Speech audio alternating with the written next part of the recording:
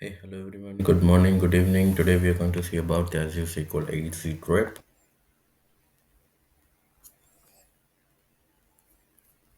Hello everyone. Good morning, good evening. Welcome to our channel Easy Cloud Grip. Today we are going to see about the Azure SQL. So let's take a quick example or a use case so that it will be great to understand what makes a big difference between the Azure SQL and the traditional on-premises SQL Server. Suppose a company A want to build an application for their client. So they are in the position of picking the technologies for their application, front end and back end. So for a front end technology, for a front end, they went for .NET. For a back end, they went for a SQL Server. So as a first and foremost step, once they decided with those technologies, they need to plan for the infrastructure. Correct? They need to set up a server. They need to buy a license. They need to recruit a person who is responsible for managing the servers, right? So they need to put some upfront cost before starting, developing the actual things. So this is how the traditional or on-premises setup will work. So coming to is Azure or a cloud, any cloud. So what makes things interesting in the cloud? We need not to put more upfront cost. Okay, once we need to say to Microsoft, I want these kind of configuration setup in my server. So by clicking, by just on a single click or you will get the server, is ready up and running. It won't take even hours. Maybe for some heavy configuration or depending upon their configuration, it may take some time, but not not even more than an hour. So they will give you immediately, and our developers will start writing the code immediately. There is no upfront cost here. Once you started developing the things, how like and it's a kind of pay as you go. How much you go, you have to pay for that one. So the Azure SQL, so it is a managed product that uses the SQL Server database engine. So it is similar to the SQL Server in a traditional or on-premises, whatever we used so far in a traditional system. It's a similar setup, but the entire thing is is managed. Microsoft, what they did, so Microsoft saying that you need not to worry about the management of your server or anything.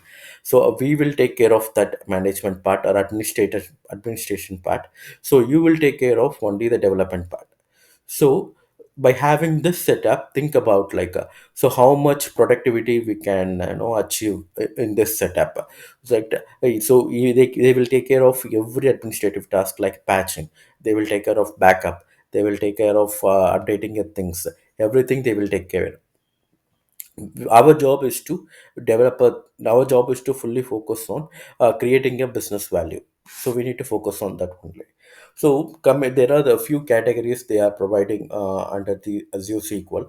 One is Azure SQL database, and second thing is Azure SQL managed instance, and third one is Azure SQL server on Azure VMs.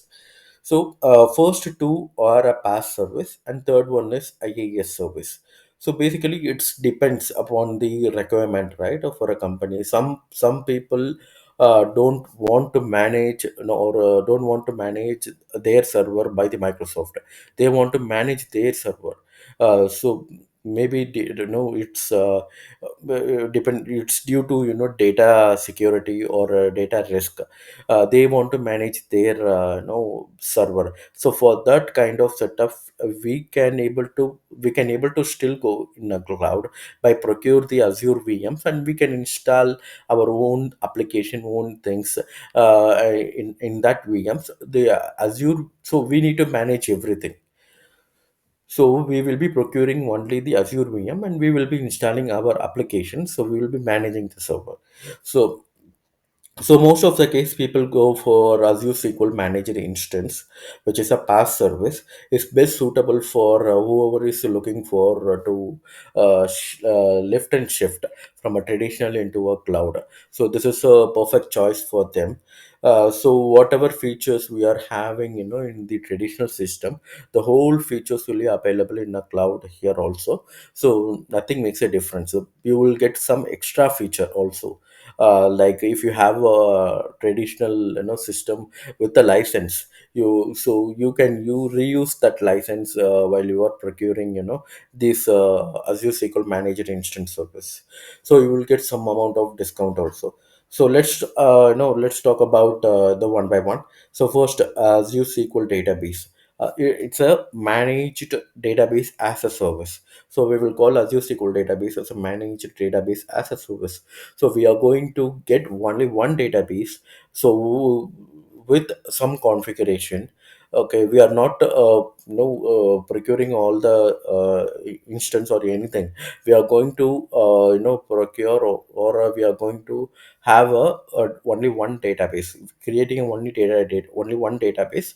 And that the whole we are going to put our workloads, every workloads or all workloads into that database.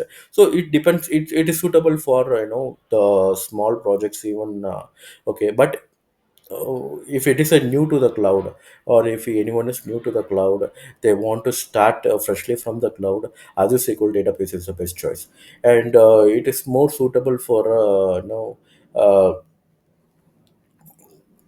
small projects. So basically, like in a big project, if you consider that we need more than one database, correct? So for doing a different steps. So the difference between the Azure SQL database and the Azure SQL managed instance is that Azure SQL database is going to provision only one database. Azure SQL managed instance is going to provision instance, and you can create a number of database inside that instance. So that's a major difference between the first two, and the first two are a pass, okay. And third thing, coming to the third thing, as I said earlier, we are going to have a service. We are going to procure Azure VMs.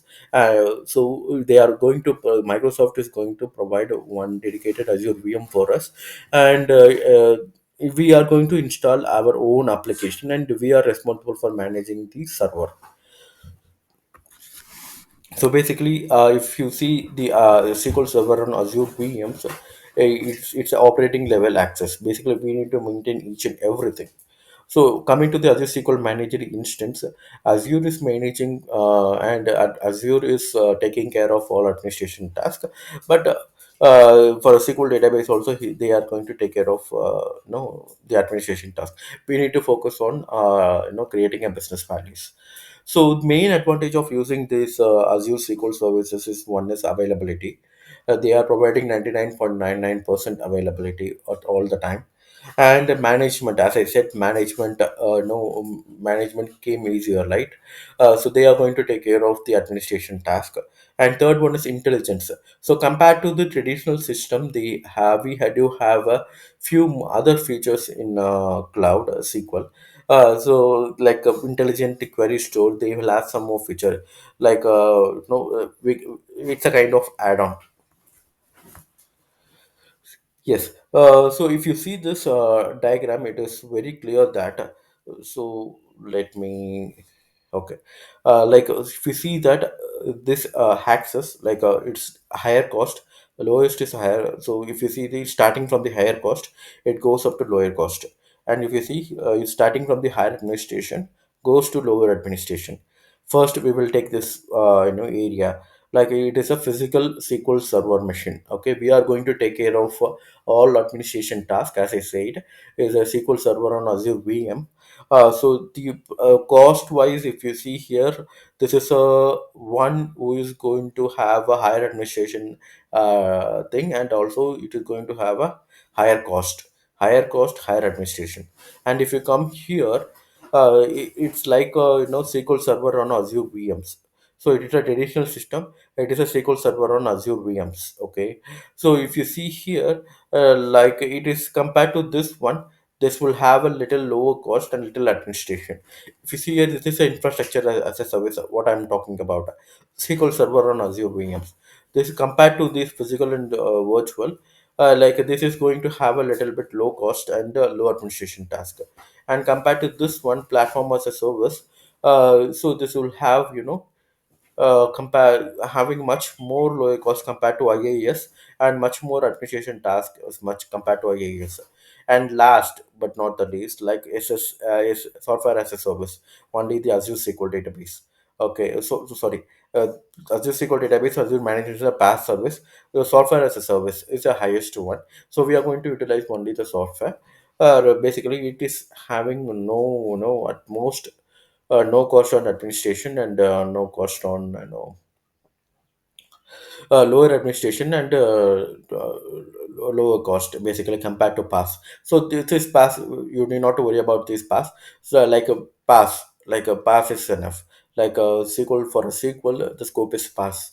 Like a SQL management as a SQL database, these two have a lower administration, and also it is going to charge you lower cost. So that's the beauty. And yes, coming to here, let's try to understand even better. Okay, those three things, right? Three categories they are providing, right? Let's try to understand it even much more better. So what I've did, I have I have segregated depending upon the services they are providing. One is SQL database and SQL manager instance, and third one is SQL VM. Okay, on sorry, it's a virtual machine Azure VM. Okay, where we are going to install our SQL server. So first, let's take a SQL database, PaaS. Okay, if you see here, there are three types is available under a PaaS. Okay, SQL database. One is single database, and elastic pool, and database server. Okay, you can go depending upon your need. So you can go for a single database. You can go for elastic pool, and also you can go for database server.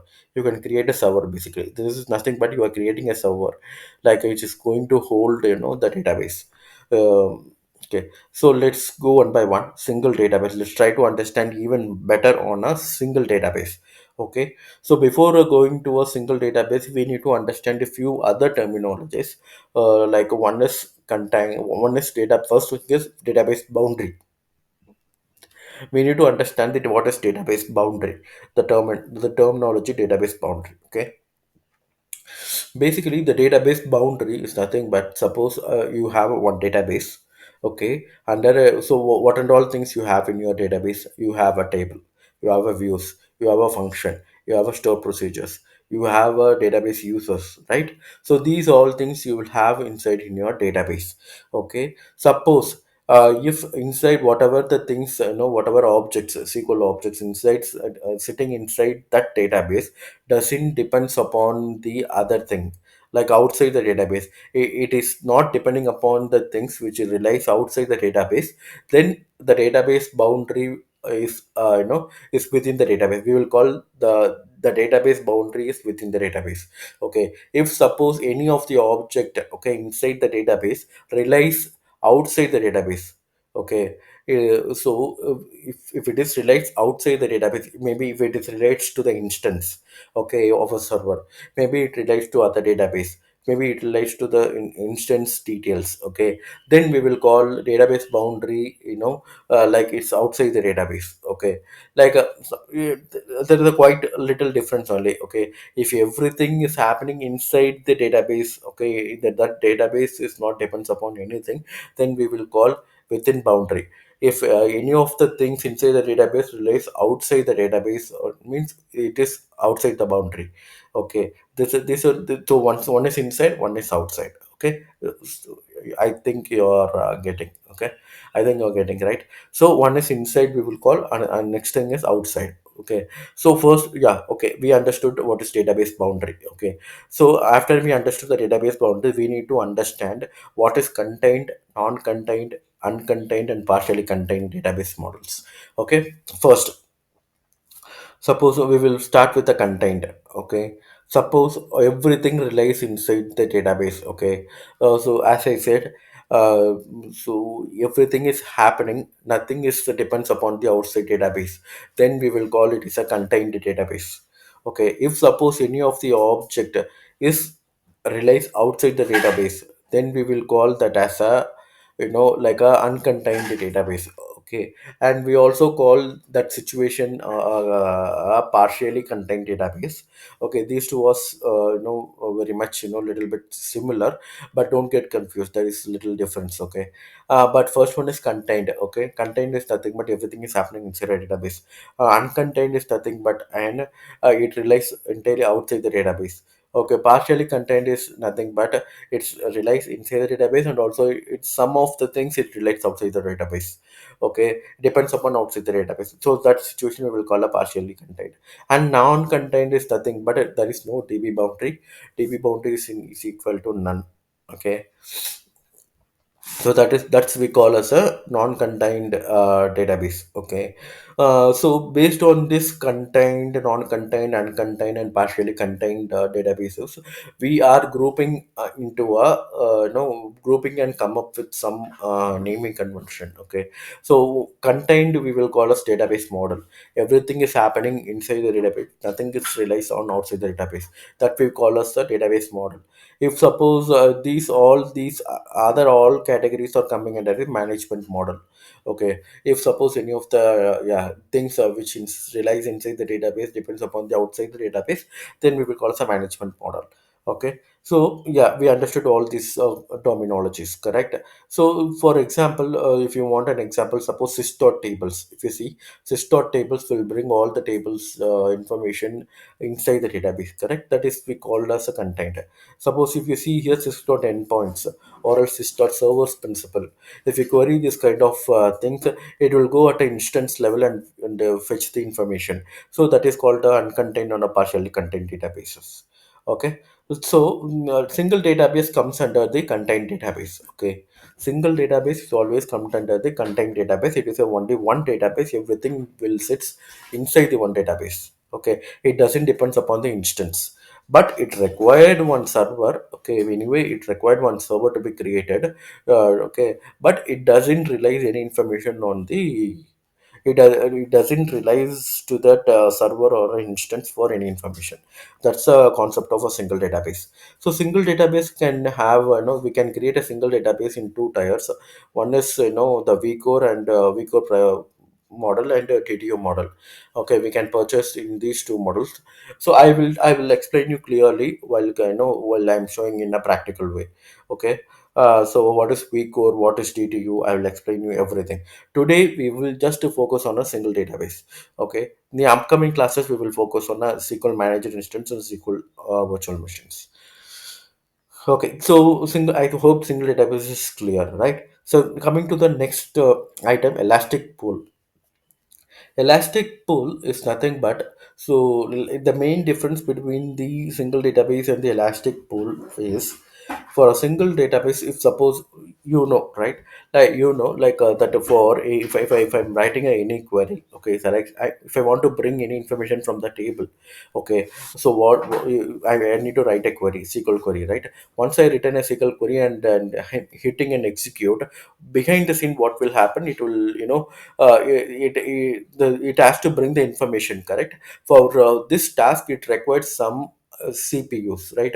CPU, memory, and IO, correct? So the compute power, basically compute power is needed, correct? So this compute power, this compute power is a major difference between these two. For a single database, whatever compute power we are providing, it will be utilized for that single database alone. It is not shared. Okay, but in elastic pool, suppose I have a 10 database, I'm giving a compute power as 10. Okay, I have a, so for each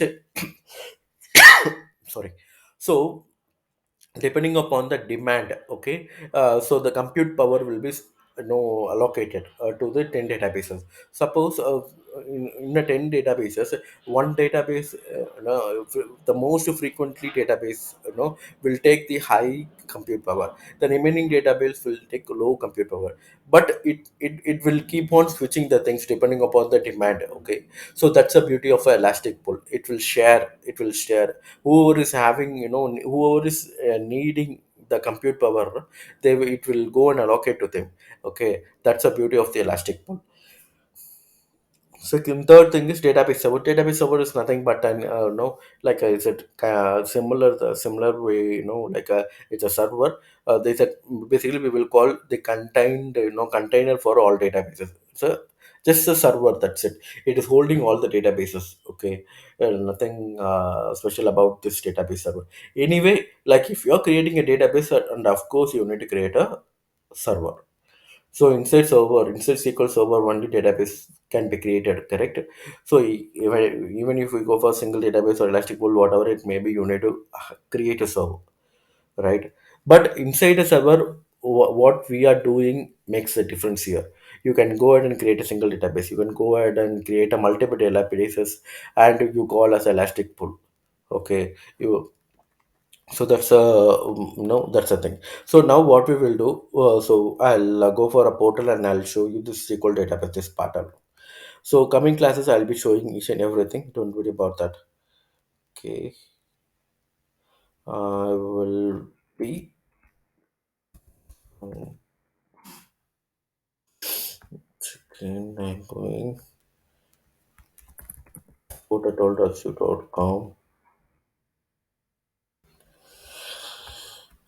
Okay, so whenever I hope in the last class I said how so you should have one account to be created, okay, in Azure Cloud.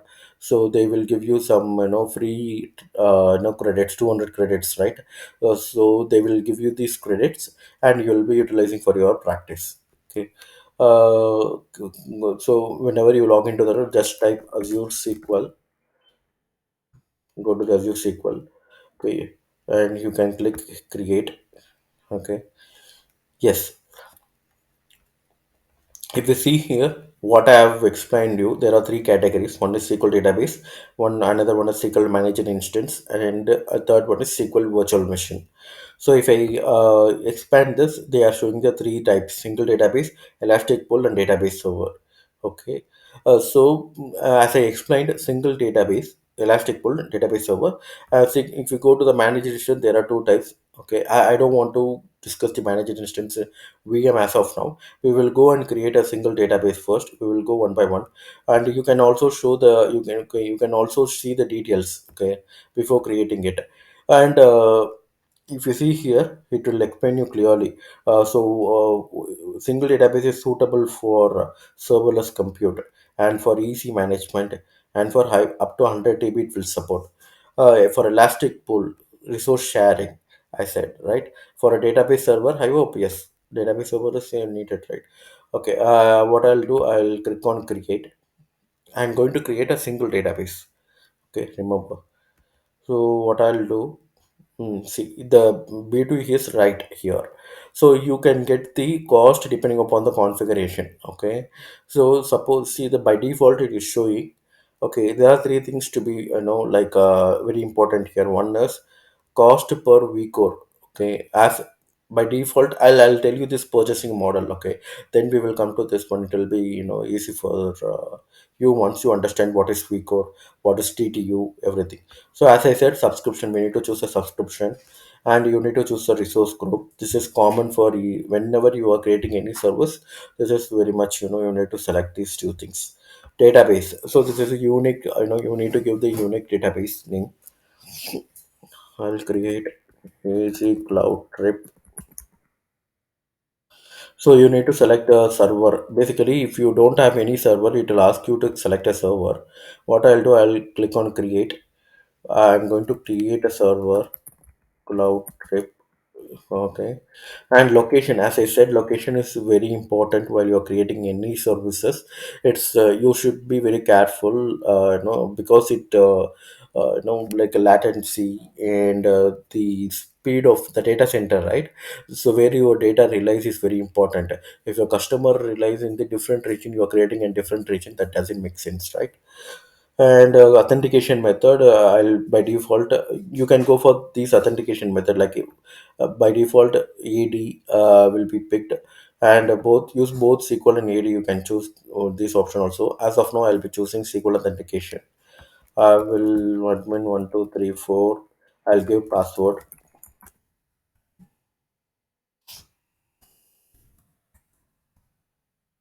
Okay, I've done with this. That's it. Just click OK. It will take some time. Now see, easy cloud trip. If you see this one, okay. So while review and create, it will create a server and it will create the database for us. Okay, want to use a SQL Elastic Pool? No, as of now, I don't want to use Elastic Pool. The workload involves the development. You can pick a development. Yes, this is a very, very important part, compute and storage.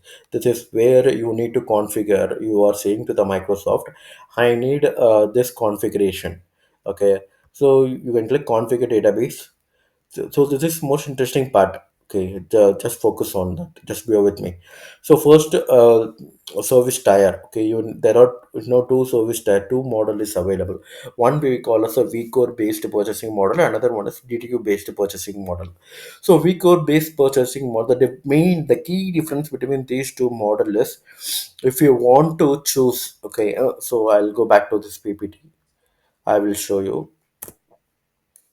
Okay, so if you see this diagram, it will be very much clear. Suppose the DTU based model is a combination of compute, storage, and IO. Okay, you cannot able to configure it, individual things. It is a blend. Okay, it is a they already blend the compute and the storage and IO. They will give you as a ready-made thing. Okay, you need not to go and give a certain go and specify individual things.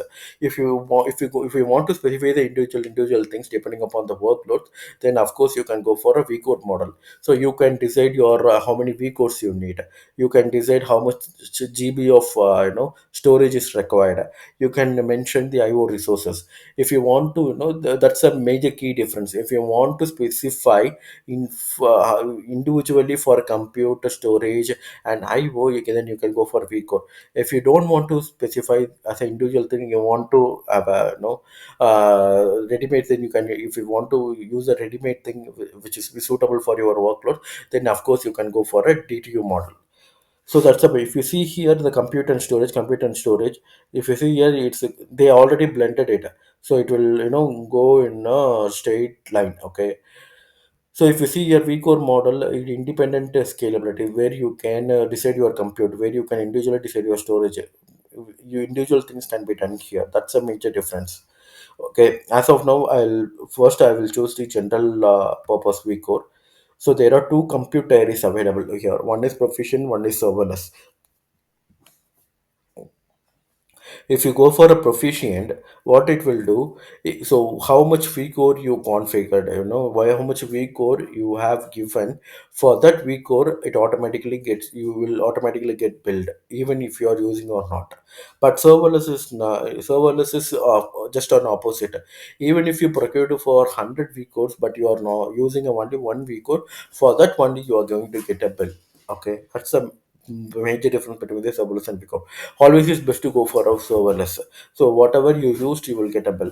Okay, so but proficient, have is dedicated. It's a kind of dedicated. They will dedicate the the vcodes for you at all the time. So it's suitable for a production environment or higher environment. If you go for a testing or a lower environment, the serverless is, I think it's much more better. So I have picked the V code. So you will get two tier. One is proficient serverless, and as I said, in a V code you can able to configure the compute and storage individually. Correct. So this is how you need to configure.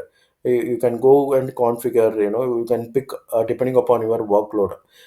This is a max V core, max memory, max storage.